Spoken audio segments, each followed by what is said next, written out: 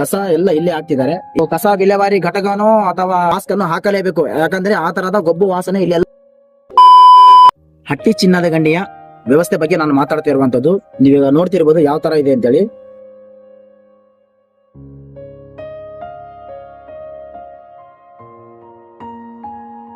ನನಗೆ ಗೊತ್ತಿಲ್ಲ ಹಟ್ಟಿ ಚಿನ್ನದ ಗಣಿಯಲ್ಲಿ ಚಿನ್ನ ಸಿಗ್ತಾ ಇದೆ, ಒಂದು ಕಸದ ವಿಲೇವಾರಿ ಘಟಕ ಇದೆಯೋ ಇಲ್ಲೋ ನನಗೆ ಗೊತ್ತಿಲ್ಲ. ಕಸ ವಿಲೇವಾರಿ ಘಟಕ ಇದ್ರೂ ಕೂಡ ಇಲ್ಲಿ ನೋಡಿ ಕಸ ಎಲ್ಲ ಇಲ್ಲೇ ಹಾಕ್ತಿದ್ದಾರೆ. ಇದು ಜೆಟ್ ಲೈನ್ಗೆ ಹೋಗಿ ಕಲ್ಪಿಸುವಂತ ರಸ್ತೆ.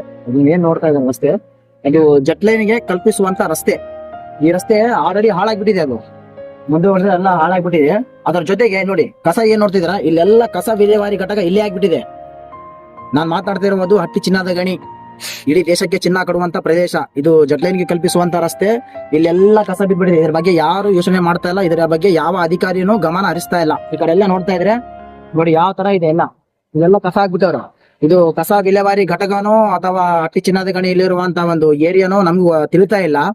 ನನ್ನ ಪ್ರಶ್ನೆ ಒಂದೇನೆ, ನನ್ನ ಮನವಿ ಇಷ್ಟೇನೆ, ಸಂಬಂಧಪಟ್ಟ ಅಧಿಕಾರಿಗಳು ಆದಷ್ಟು ಬೇಗ ಇಡೀ ದೇಶಕ್ಕೆ ಚಿನ್ನ ಕೊಡುವಂತ ಪ್ರದೇಶಕ್ಕೆ ಒಂದು ಕಸದ ವಿಲೇವಾರಿ ಘಟಕವನ್ನು ಮಾಡಬೇಕು, ಸ್ಥಾಪನೆ ಮಾಡಬೇಕಾಗಿ ನನ್ನ ಒಂದು ವಿನಂತಿಯಾಗಿದೆ.